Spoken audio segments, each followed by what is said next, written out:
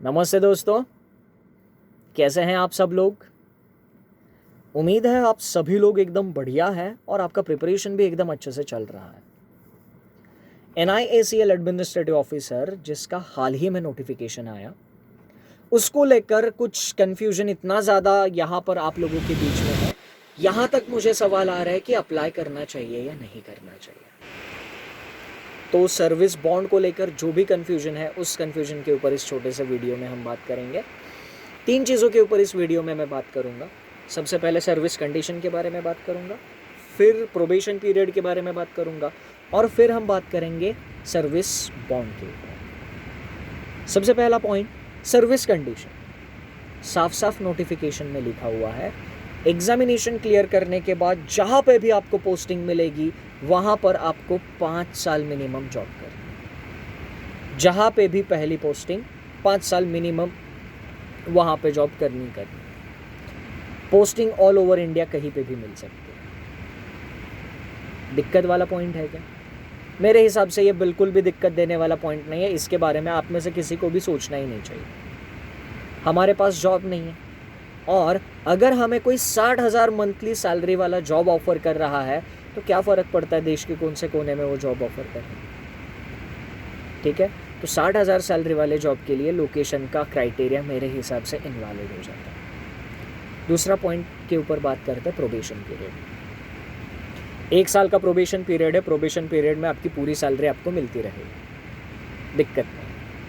Probation period खत्म होने पे एक एग्जामिनेशन ली जाएगी, जिस एग्जामिनेशन का नाम है non life लाइसेंशिएट examination.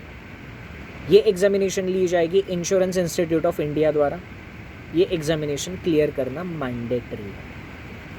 Probation period में इसका ट्रेनिंग वगैरह सारी चीज़ें आपको दी जाएगी, पर ये एग्जामिनेशन क्लियर करना मैंडेटरी है। बिना एग्जामिनेशन क्लियर किए जॉब आपकी कंफर्म नहीं है।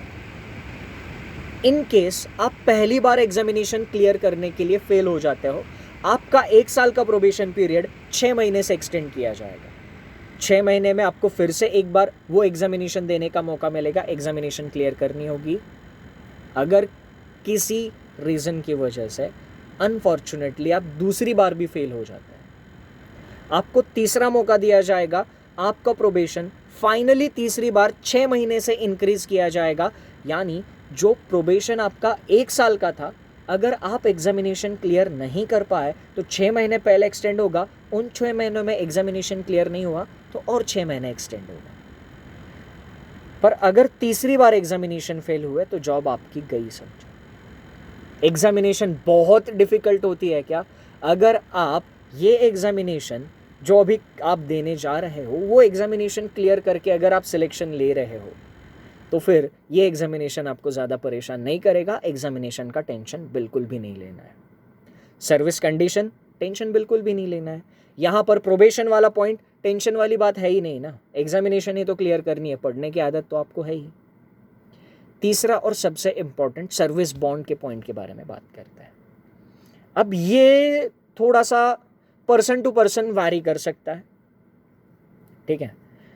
तो सबसे पहले एक बात जान लो, जब आपका सिलेक्शन प्रोबेशनरी ऑफिसर की पोस्ट पे हो जाएगा, as a probationary office administrative officer की पोस्ट पे आपका सिलेक्शन हो जाएगा, आपको 4 साल का बॉन्ड साइन करना है, जिसमें प्रोबेशन का 1 साल इंक्लूडेड है। यानी प्रोबेशन का 1 साल, उसके बाद में 3 साल, ऐसे टोटल 4 साल का बॉन्ड आपको साइन करना है।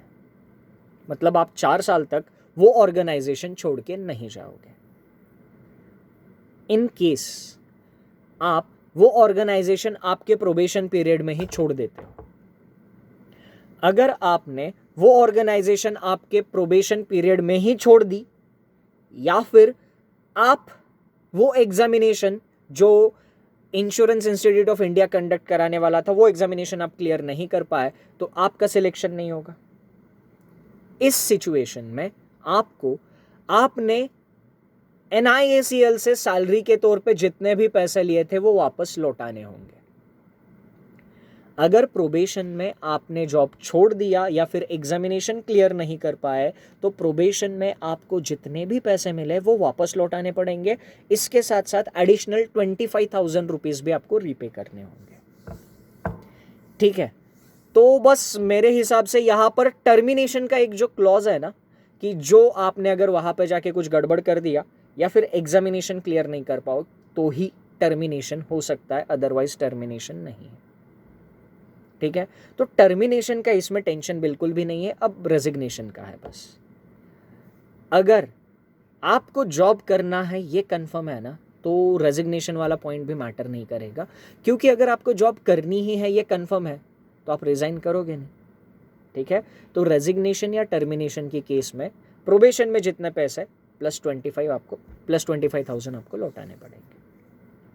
ठीक है, अब अगर आप प्रोबेशन खत्म होने के बाद 4 साल से पहले रिजाइन करते हो, ठीक है, मतलब प्रोबेशन का 1 साल खत्म हो गया, आपने बॉन्ड साइन किया हुआ है 4 साल का, 3 और साल पेंडिंग है। अगले 3 साल के अंदर अगर आप रिजाइन करते हो तो आपको क्या करना पड़ेगा? पहले साल में आपने कंपनी से जो भी सैलरी के तौर पे पैसे लिए थे, NIACL से सैलरी के तौर पे आपको जो भी पैसे मिले थे ग्रॉस सैलरी के तौर पे, वो सारे के सारे NIACL को लौटाने होंगे। बस ये सर्विस बॉन्ड है। तो 4 साल का बॉन्ड है, मेरे हिसाब से अपॉर्चुनिटी बहुत अच्छी है। अगर आपको जॉब करनी ही ये कंफर्म है ना तो दिक्कत नहीं है। IDBI में दिक्कत सर्विस बॉन्ड की इसलिए थी क्योंकि उसमें हमें पहले कोर्स करना था और उस कोर्स की फीस हमें पहले देनी थी। यहाँ पे पहले दिन से हमारी सैलरी स्टार्ट हो रही है। तो मेरे हिसाब से अगर आप में से किसी को जॉब करना है ये कंफर्म ही है तो सर्विस कंडीशन, प्रोबेशन और ये गारंटी बॉन्ड, इसका बिल्कुल भी टेंशन मत लीजिए, बिंदास अप्लाई कीजिए, बहुत अच्छी जॉब है। ठीक है, तो आई होप आपके जो भी डाउट्स थे उन डाउट्स का आपको सॉल्यूशन मिल गया है। ठीक है, इसके बाद भी और कुछ आपके डाउट्स होंगे तो कमेंट सेक्शन में मुझे ज़रूर कमेंट करके बताना। ठीक है, चलो इस छोटे से वीडियो को यहीं पे ख़त्म करता हूँ। Thank you, take care and enjoy your time. Thank you so much.